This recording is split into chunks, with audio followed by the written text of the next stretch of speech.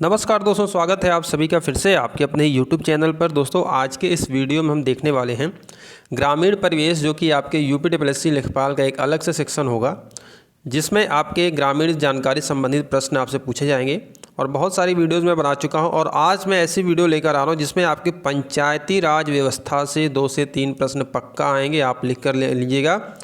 यहाँ पर देखिए 50 धमाकेदार प्रश्नों को लेकर आया हूँ, जिसमें से कोई भी प्रश्न अगर पंचायती राज व्यवस्था से आपके एग्जाम में आ गया तो छूटेगा नहीं, और इसकी बिल्कुल फ्री PDF भी आप लोग को मिल जाएगी। तो चलिए हम वीडियो को स्टार्ट करते हैं। तो दोस्तों वीडियो को ध्यान से देखिएगा। यहाँ पर देखिए पहला प्रश्न आपसे पूछा जा रहा है, पंचायती राज या स्थानीय स्वशासन का जनक किसे माना जाता है? सही जवाब इसका दोस्तों देखिए लॉर्ड रिपन को।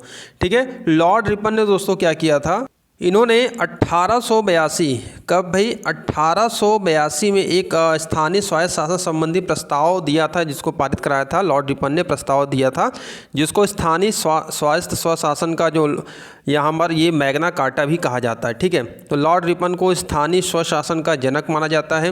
दूसरा प्रश्न देखिए आपसे पूछा जा सकता है एग्जाम में, पंचायती राज का मुख्य उद्देश्य क्या है? तो भाई पंचायती राज का मुख्य उद्देश्य क्या है? जनता को प्रशासन में भागीदारी योग्य बनाना, यानी कि लोकल लेवल पर जो गांव की जनता है, खुद का शासन उनका, ठीक है, उनके द्वारा चुनी गई सरकार वो अपने गांव का विकास कैसे करें, तो जनता को प्रशासन में भागीदारी योग्य बनाना सही जवाब होगा आपका। तीसरा प्रश्न यहाँ पर देखिए, पंचायती राज व्यवस्था में पंचायत समिति किस पर गठित है? तो दोस्तों देखिए जो आपकी पंचायत समिति है, त्रिस्तरीय पंचायती राज समिति है, बलवंत राय मेहता की सिफारिश पर। सबसे निचला स्तर तो आपका ग्राम पंचायत माना जाता है। ठीक है, दूसरा आपका ये देखिए आपका पंचायत समिति जो हो गया, तीसरा जिला पंचायत हो गया। तो ये आपकी ब्लॉक लेवल पर ये गठित होती है। ठीक है, किस लेवल पर? ब्लॉक लेवल पर। दूसरा यहाँ पर नेक्स्ट प्रश्न की ओर अगर हम देखें, किसके अंतर्गत पंचायती राज व्यवस्था का वर्णन है, ये भी आपसे प्रश्न पूछा जा सकता है। देखिए पंचायती राज व्यवस्था भैया आपका नीति निषेध सिद्धांत, जो कि भाग 4, ठीक है, संविधान के भाग 4 में अनुच्छेद 36 से 51 में इसका वर्णन किया गया है। और आप सभी जानते हो कि नीति निषेध तत्व जो हैं आपके न्यायालय द्वारा परिवर्तनीय नहीं है, न्यायालय द्वारा लागू नहीं कराया जा सकता है, जबकि मौलिक अधिकार क्या है, न्यायालय द्वारा लागू कराने के लिए बाध्य किया जा सकता है। ठीक है, अगर हमारा मौलिक अधिकार का हनन होता है तो हम न्यायालय जा सकते हैं।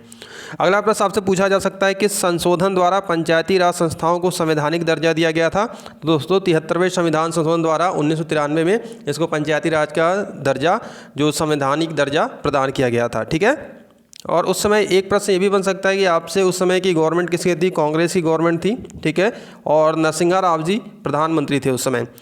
नेक्स्ट प्रश्न देखिए क्या पूछा जा सकता है आपसे कि 73वें संविधान संशोधन में कौन सी अनुसूची जोड़ी गई थी? तो दोस्तों 11वीं अनुसूची। ठीक है, कौन सी अनुसूची थी? 11वीं अनुसूची थी। अगला प्रश्न यहाँ पर देखते हैं, संविधान के किस भाग तथा अनुच्छेद में पंचायती राज व्यवस्था का वर्णन है? तो दोस्तों भाग 9 तथा अनुच्छेद 40 आपके पंचायती राज व्यवस्था से संबंधित है, ध्यान रखिएगा। और इसकी फ्री PDF आपको मेरे टेलीग्राम चैनल पर मिल जाएगी। टेलीग्राम ग्रुप और चैनल दोनों का लिंक मैंने डिस्क्रिप्शन बॉक्स में दिया है, वहाँ पर ऐड हो जाइए। मैक्सिमम छात्र वहाँ पर ऐड है, उसका फ्री में लाभ ले रहे हैं। ठीक है, अगला प्रश्न यहाँ पर देखिए, पंचायती राज व्यवस्था किस पर आधारित है? तो ये सत्ता के विकेंद्रीकरण से, ठीक है, सत्ता का विकेंद्रीकरण है। और इसका लिंक भी मैं डिस्क्रिप्शन बॉक्स में दे दूंगा। जो भी छात्र यहाँ पर टेलीग्राम में अगर उनको प्रॉब्लम आती है तो लिंक से सीधे इस वेबसाइट के माध्यम से आप इसको डाउनलोड कर सकते हैं। नेक्स्ट वर्क देखते हैं, पंचायती राज की सबसे छोटी इकाई है? तो दोस्तों मैंने आपको त्रिस्तरीय बताया था कि सबसे निम्न लेवल पर आपका ग्राम पंचायत होता है। ठीक है, फिर उसके बाद आपकी पंचायत समिति ब्लॉक लेवल पर होती है, जिला पंचायत समिति जिला लेवल पर होती है। तो ये ग्राम पंचायत सबसे छोटी इकाई होती है, ध्यान रखेंगे आप सभी। अगला प्रश्न देखते हैं, पंचायती राज संस्थाएं निधि हेतु किस पर निर्भर हैं? तो देखिए दोस्तों ये सरकारी अनुदान, जो राज्य वित्त आयोग होता है, सरकार की एजेंसी जो है वह क्या करती है, ये इनको अनुदान देती है, जो भी चीज़ें यहाँ पर। अगला प्रश्न यहाँ पर आपसे पूछा जा सकता है एग्जाम में, किस समिति ने पंचायत को टैक्स लगाने का अधिकार की सिफारिश की थी? तो अशोक मेहता समिति। ठीक है, बहुत ज़बरदस्त है। देखिए पंचायती राज समिति व्यवस्था से कई समितियाँ गठित हुई, चाहे बलवंत राय मेहता हो, अशोक मेहता हो, थुंगन समिति हो, ठीक है, राव समिति हो, तो बहुत सारी समितियां भी गठित हुई। तो उनसे प्रश्न यहाँ पर बन सकता है, अशोक मेहता समिति है, इन्होंने 2 स्तरीय पंचायती राज का सिफारिश भी किया था। आपसे यहाँ से ये भी प्रश्न पूछा जा सकता है कि 2 स्तरीय पंचायती राज की सिफारिश किसने की थी? तो अशोक मेहता जी ने ही किया था। अगला प्रश्न आपसे यहाँ पर पूछा जा सकता है एग्जाम में, किसकी सरकार में रहते संविधान में पंचायती राज को स्थान मिला था? तो जैसा कि मैंने आपको बताया कि कांग्रेस की गवर्नमेंट थी, और ये 1993 में जो संशोधन हुआ था वो नरसिंह राव जी थे उस समय। अगला प्रश्न देखिए, पंचायती राज देश में कब लागू हुआ? तो दोस्तों 1993 में पंचायती राज देश में लागू हुआ और सबसे पहले जो पंचायती राज व्यवस्था कब लागू हुई थी, 2 अक्टूबर, ठीक है, 2 अक्टूबर 1959 को राजस्थान के नागौर ज़िले से, ये पहला ज़िला है राजस्थान का नागौर ज़िला, उसके बाद देन आंध्र प्रदेश में लागू हुआ था। तो ये जब संवैधानिक दर्जा नहीं दिया गया था तब की बात है, जहाँ से शुरुआत हुई थी, पंडित जवाहरलाल नेहरू जी ने शुरुआत की थी, ठीक है। और ये पंचायती राज जब संवैधानिक बन गया तो आपका ये अप्रैल 1993 में, और जब ये लागू हुआ तो सबसे पहले मध्य प्रदेश में, संवैधानिक दर्जा प्राप्त होने के बाद एमपी से लागू हुआ था। यहाँ से 2 प्रश्न बन सकते हैं, इसका भी ध्यान रखेंगे आप सभी। सामुदायिक विकास कार्यक्रम की असफलता का मुख्य कारण क्या था? तो दोस्तों सामुदायिक विकास कार्यक्रम जो 1952 में बनाया गया था वो असफल रहा। तो इसमें देखिए अशिक्षा व सरकारी कर्मचारियों पर ज़्यादा निर्भरता के कारण ये आपका सामुदायिक विकास कार्यक्रम असफल रहा। और 1952 डेट याद रखेंगे, ये सन है याद रखेंगे, यहाँ से प्रश्न बनेगा। और यहाँ पर देखिए एक प्रश्न आपसे ये पूछा जा सकता है, सामुदायिक विकास कार्यक्रम किस समिति की सिफारिश पर प्रारंभ किया गया था? तो KM मुंशी समिति, ठीक है, KM मुंशी समिति। अगला प्रश्न यहाँ पर देखिए, ग्राम पंचायतों की आय का स्रोत क्या है? तो दोस्तों जो ग्राम पंचायतें विभिन्न टैक्स लगाती है, मेला व बाजार कर और भी अन्य प्रकार के जो टैक्स हैं, तो वहाँ से उनके क्या। अगला प्रश्न दोस्तों आपसे एग्जाम में पूछा जा सकता है, पंचायती राज प्रणाली में ग्राम पंचायत का गठन किस स्तर पर होता है? तो दोस्तों ग्राम पंचायतें जो होती हैं वह ग्राम स्तर पर होती हैं, ठीक है। और जो इनका कार्यकाल होता है, पंचायती राज संस्था का जो कार्यकाल होता है दोस्तों 5 वर्ष का होता है। और जो इनके कार्यकाल की गणना की जाती है, ग्राम पंचायत ग्राम सभा की प्रथम बैठक की तिथि से गणना की जाती है, ठीक है। निर्वाचन के बाद जो प्रथम बैठक होती है, ग्राम मेंबर सदस्य जो चुन लिए जाते हैं, तो जब हो जाता है तो वहाँ पर प्रथम बैठक की तिथि से इनकी गणना की जाती है। अगला प्रश्न आपसे एग्जाम में पूछा जा सकता है कि पंचायती राज संस्थाओं को निर्वाचन हेतु कौन उत्तरदायी है? तो दोस्तों राज्य निर्वाचन आयोग, स्टेट इलेक्शन कमीशन जो होता है वह इसके लिए उत्तरदायी होता है। और पंचायती राज व्यवस्था राज्य का विषय है, ठीक है, राज्य का विषय है, ध्यान रखेंगे। भारत में पंचायती राज अधिनियम कब लागू हुआ?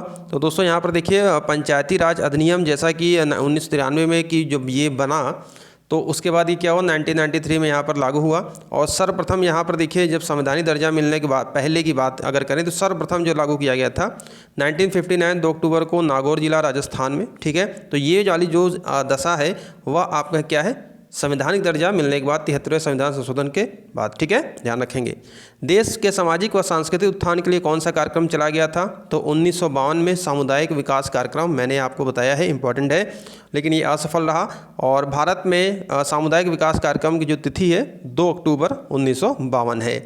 ये भी प्रश्न आपसे पूछा जा सकता है कि किसकी सिफारिश पर भारत में पंचायती राज व्यवस्था की स्थापना की गई? तो ये प्रश्न बहुत बार आपके UPPCS से लेकर कई एग्जाम में पूछा जाता है। और पंचायती राज व्यवस्था के शिल्पकार के रूप में भी पूछा जा सकता है, शिल्पकार कौन थे? तो BR मेहता, बलवंत राय मेहता दोस्तों, ठीक है।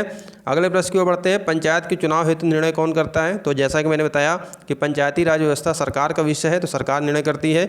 और त्रिस्तरीय पंचायती राज व्यवस्था में कौन कौन से स्तर सम्मिलित होते हैं? 3 स्तर हैं, ग्राम पंचायत, पंचायत समिति और जिला पंचायत, ठीक है। ग्राम पंचायत आपका ग्राम लेवल पर है, ठीक है।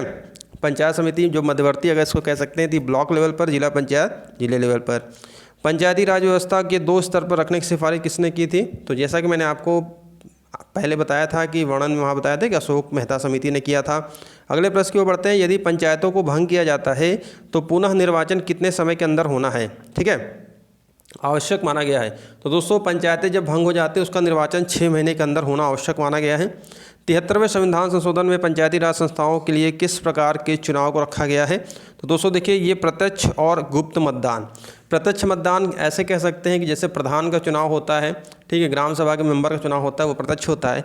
लेकिन वहीं पर अगर हम ब्लॉक प्रमुख, ब्लॉक अध्यक्ष की बात करें, जिला पंचायत अध्यक्ष की बात करें, तो वह एज ए मेंबर चुनाव लड़ते हैं, BDC का चुनाव लड़ते हैं, जिला पंचायत सदस्य का चुनाव लड़ते हैं। लेकिन उन्हीं मेंबर में से गुप्त मतदान जरिए उनको क्या किया जाता है, चुन लिया जाता है, ठीक है। तो इस प्रकार से वहाँ पर ये चीज़ें हैं। तो अप्रत्यक्ष रूप से आपके ब्लॉक प्रमुख हो गए और जिला पंचायत अध्यक्ष हो गए, अप्रत्यक्ष चुनाव होता है।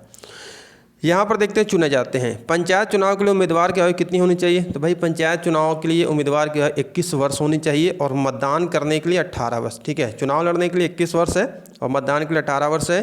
किस संशोधन में महिलाओं के लिए ग्राम पंचायत में 1/3 सीटें आरक्षित की गई? तो हर ग्राम में जितनी भी सीटें उसका 1/3 महिलाओं के लिए आरक्षित होगा और यह 73वें संविधान संशोधन में बोला गया था।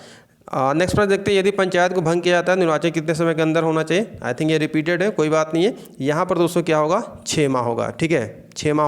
अगला प्रश्न दोस्तों आपसे पूछा जा सकता है कि पंचायती राज के सुधार हेतु कौन कौन सी समितियां बनाई गई थी। टोटल दोस्तों ये 5 समितियां बनाई गई थी, जिसमें बलवंत राय मेहता जिन्होंने त्रिस्तरीय पंचायती राज सिफारिश की थी, और पंचायती राज के शिल्पकार भी जिन्हें कहा जाता है अशोक मेहता जी ने 2 स्तरीय की सिफारिश की थी। इसके पहले मैंने आपको बताया था PVK राव, यहाँ पर राव होगा, समिति है LM सिंघवी समिति और PK थुंगन समिति। ठीक है, ये 5 समितियाँ थी। इनसे इस प्रकार से भी प्रश्न आपसे पूछा सकता है, किसी एक समिति का नाम दे देगा और पूछेगा बताइए ये किससे संबंधित है, क्या ये पंचायत है, टैक्स रिफॉर्म है, कर सुधार है, बैंकिंग क्षेत्र है। ठीक है, नेक्स्ट प्रश्न देखिए, सर्वप्रथम किस राज्य में पूर्ण से पंचायती राज लागू किया गया था। वो दोस्तों राजस्थान था, और नागौर जिले से 2 अक्टूबर 1959 को किस समिति ने पंचायती राज को संवैधानिक दर्जा देने की सबसे पहले सिफारिश की थी। अगर हम देखें दोस्तों, पंचायती राज को संवैधानिक दर्जा देने की सिफारिश LM सिंघवी समिति ने की थी। ध्यान रखेंगे, पंचायती राज विषय किस सूची में है, तो दोस्तों पंचायती राज विषय किस सूची में, राज्य सूची में है। अगले प्रश्न की ओर बढ़ते हैं। नेक्स्ट प्रश्न देखते हैं, पंचायती राज स्तर पर, पंचायत स्तर पर राज्य सरकार का प्रतिनिधित्व कौन करता है। तो दोस्तों जो पंचायत के चुनाव होते हैं स्टेट इलेक्शन कमीशन कराता है, और राज्य सरकार का जो पंचायत स्तर प्रतिनिधित्व करता है, जो निर्वाचित जो आपका ग्राम प्रधान होता है, चुन कर आता है, प्रत्यक्ष रूप से निर्वाचित होकर आता है, वो ग्राम प्रधान करता है। अगला प्रश्न यहाँ पर, पंचायती राज व्यवस्था से आपसे बन सकता है कि संगठन के 2 स्तर होने का सुझाव किसने दिया था, तो अशोक मेहता समिति ने दिया था। और पंचायती राज समितियाँ अपनी निधि हो तो किस पर निर्भर है, तो ये सरकारी अनुदान, ठीक है, सरकारी अनुदान जो राज्य तरफ से मिलता है, राज्य वित्त आयोग की तरफ से जो चीज़ें मिलती हैं उस पर निर्भर करती हैं। अगला प्रश्न बन सकता है आपका, पंचायती राज मंत्री बनाने की सिफारिश किसने की थी। ठीक है, तो दोस्तों पंचायती राज मंत्री बनाने की सिफारिश अशोक मेहता समिति ने किया था। अगला प्रश्न देखिए, आपसे पूछा जा सकता है पंचायती राज दिवस किस दिन मनाया जाता है या कब मनाया जाता है। 24 अप्रैल को, प्रत्येक वर्ष 24 अप्रैल को मनाया जाता है। नेक्स्ट प्रश्न आपका एग्जाम में बन सकता है कि देखिए कार्यकाल में किसके कार्यकाल में पंचायती राज व्यवस्था लागू की गई थी पहली बार, तो 2 अक्टूबर 1959 को जवाहरलाल नेहरू जी थे, राजस्थान नागौर। पंचायती के जो पंचायत के मुख्य कितने कार्य हैं, तो टोटल जो मुख्य कार्य हैं दोस्तों वह आपके 29 कार्य हैं, 29 सब्जेक्ट है, ध्यान रखेंगे। संविधान में 9 अनुसूचित क्षेत्र राज्य कब जोड़े गए थे, तो 1996 में जोड़े गए थे। स्थानीय स्वशासन को लोकतंत्र की पाठशाला किसने कहा था, लॉर्ड ब्राइस ने। इंपॉर्टेंट है, सभी प्रश्न इंपॉर्टेंट है। अगला प्रश्न देखते हैं, पंचायत में SC ST और महिलाओं के लिए जो आरक्षण का प्रावधान किया गया है वह संविधान के किस अनुच्छेद के अंतर्गत है दोस्तों, तो अनुच्छेद 243D के तहत यह किया गया है। अगला प्रश्न यहाँ पर देखते हैं, राज्य वित्त आयोग का गठन कौन करता है, तो दोस्तों राज्य वित्त आयोग एक संवैधानिक निकाय है, इसका गठन राज्यपाल महोदय करते हैं, और अनुच्छेद 243I के तहत राज्य वित्त आयोग का ये संविधान में वर्णन किया गया है। अगला प्रश्न बन सकता है आपका, त्रिस्तरीय पंचायती राज व्यवस्था का प्रावधान किस अनुच्छेद में किया गया है, तो दोस्तों त्रिस्तरीय पंचायती राज व्यवस्था का प्रावधान अनुच्छेद 243B के तहत किया गया है। नेक्स्ट प्रश्न देखिए, ग्राम सभा किसे कहते हैं, जबरदस्त प्रश्न है। और ये देखिए यहाँ पर, किसी ग्राम की निर्वाचक नामावली में दर्ज नामों वाले व्यक्तियों को सामूहिक रूप से ग्राम सभा कहा जाता है, यानी कि जो व्यक्ति 18 और 18 के ऊपर हैं उनका नाम निर्वाचक नामावली में होगा, तो वो मिलाकर सम्मिलित जो सूची होती है उसे कहा जाता है ग्राम सभा कहा जाता है। तो दोस्तों ये था टॉप 50 प्रश्न आपके पंचायती राज व्यवस्था के, सारे प्रश्नों की पूरी पंचायती राज व्यवस्था की अगर हम देखें तो समरी हमने यहाँ पर देख ली है, टू द पॉइंट हमने देखा है। तो इस वीडियो को मैक्सिमम लाइक और शेयर करिएगा। आप इसकी PDF डाउनलोड कर सकते हैं, लिंक डिस्क्रिप्शन बॉक्स में प्रोवाइड करा दूंगा। मेरे टेलीग्राम चैनल ग्रुप पर भी जुड़ जाइए, इसके पहले जितनी भी PDFs मैंने दी है वहाँ पर आपको मिल जाएंगी। तो दोस्तों इस वीडियो में सकता है, मिलते हैं नेक्स्ट वीडियो में। वीडियो कैसे लगी कमेंट जरूर करिएगा, अपने सुझाव जरूर दीजिएगा, और वीडियो को मैसेज लाइक और शेयर जरूर कर दीजिएगा। Thank you.